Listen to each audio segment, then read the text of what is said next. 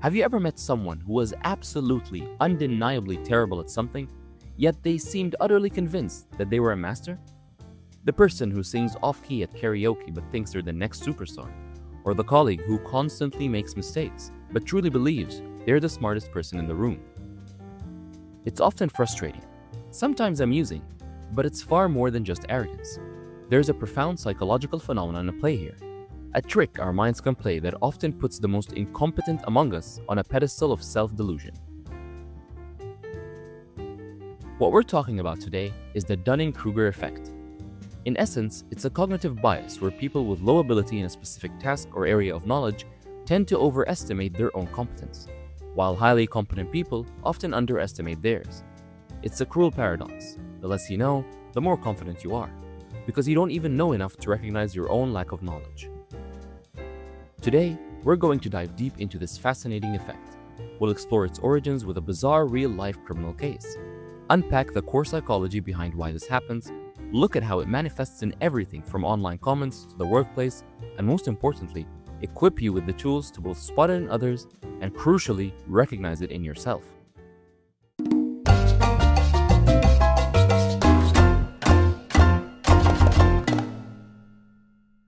The Dunning-Kruger effect has a truly bizarre origin story, rooted in a real-life criminal case from 1995. This is the story of MacArthur Wheeler. On April 19, 1995, in broad daylight, MacArthur Wheeler robbed two banks in Pittsburgh, Pennsylvania. No mask, no disguise, just a hat. He smiled at the security cameras as he walked out, convinced he couldn't be identified. Later that night, he was arrested, completely bewildered by how the police had found him. "But I wore the juice," he reportedly said, utterly baffled. It turns out MacArthur Wheeler believed that if you rubbed your face with lemon juice, you would become invisible to security cameras. He had tested the theory. He'd squeezed lemon juice on his face, taken a selfie with a Polaroid camera, and because the photo came out blank, likely due to misaiming or a faulty camera, he concluded his invisibility potion worked. This astonishing story caught the attention of two Cornell University social psychologists, David Dunning and Justin Kruger. They realized Wheeler wasn't stupid. He was simply too incompetent to realize how incompetent he was.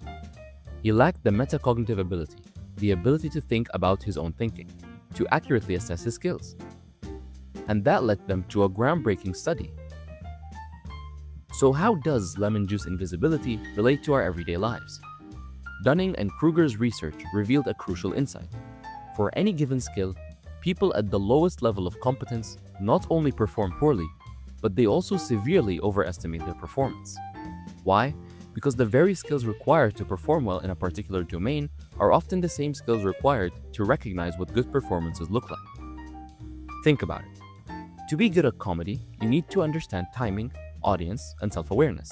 If you lack these, you won't even know why your jokes aren't landing. To be a skilled chef, you need to understand flavors, techniques, and presentation.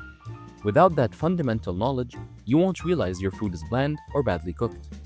And to be good at critical thinking, you need to recognize logical fallacies, assess evidence, and consider counter-arguments. If you lack these, you'll be blissfully unaware of the flaws in your own arguments. It's a double curse. Not only do you lack the skill, but you also lack the insight to see that you lack the skill. You're trapped in a bubble of blissful ignorance, where your imagined competence feels very real. This phenomenon is often visually represented by a graph that shows perceived competence versus actual competence. At the very beginning, with almost no knowledge, people experience a rapid climb up, what's known as Mount Stupid. This is where confidence is at its absolute peak, entirely divorced from reality. As you gain just a little more knowledge, you start to realize how much you don't know. This leads to a dramatic drop into the valley of despair. Here, your actual competence is rising, but your confidence plummets because you're overwhelmed by the vastness of what's yet to be learned. This is where many people give up. But for those who persevere as they genuinely acquire more skill and knowledge, their confidence slowly begins to rise again, this time grounded in actual ability.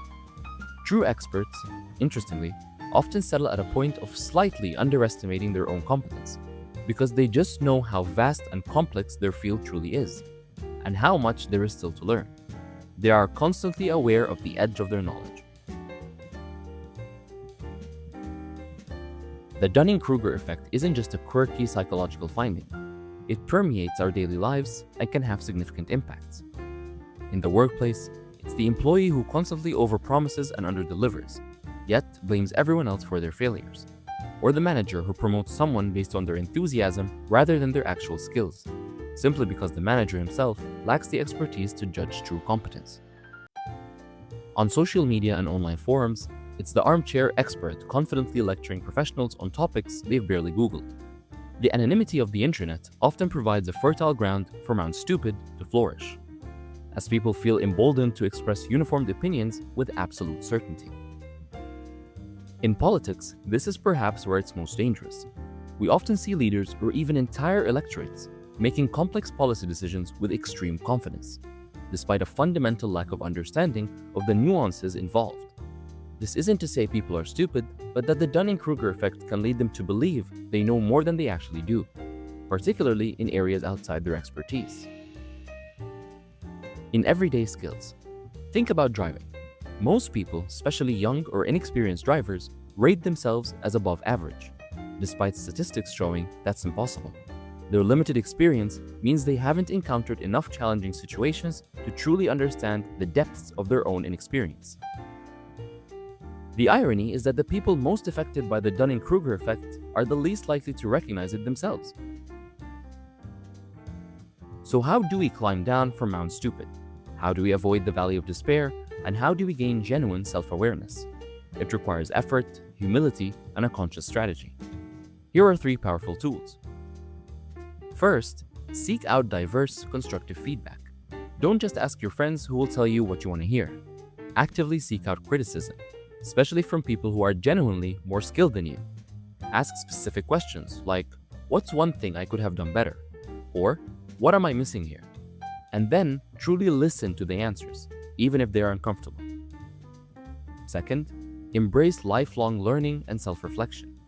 The more you learn, the more you realize the vastness of what you don't know. Make learning a continuous process.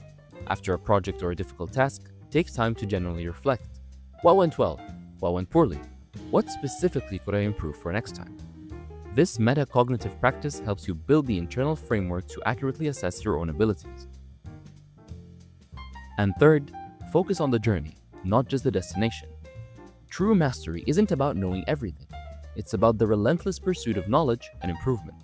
When you encounter moments of doubt or realize a significant gap in your knowledge, see it as an opportunity to learn, rather than a personal failing. This will help you navigate the valley of despair with a growth mindset.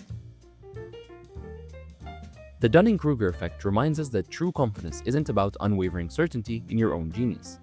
It's about knowing the limits of your knowledge, having the humility to learn, and constantly refining our self-awareness.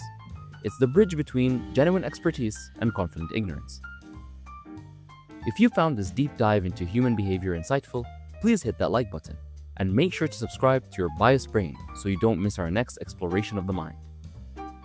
And now, I'm genuinely curious. Let me know in the comments. Can you think of a time when you might have been on Mount Stupid? Or perhaps someone you know was? What happened? Thanks for watching.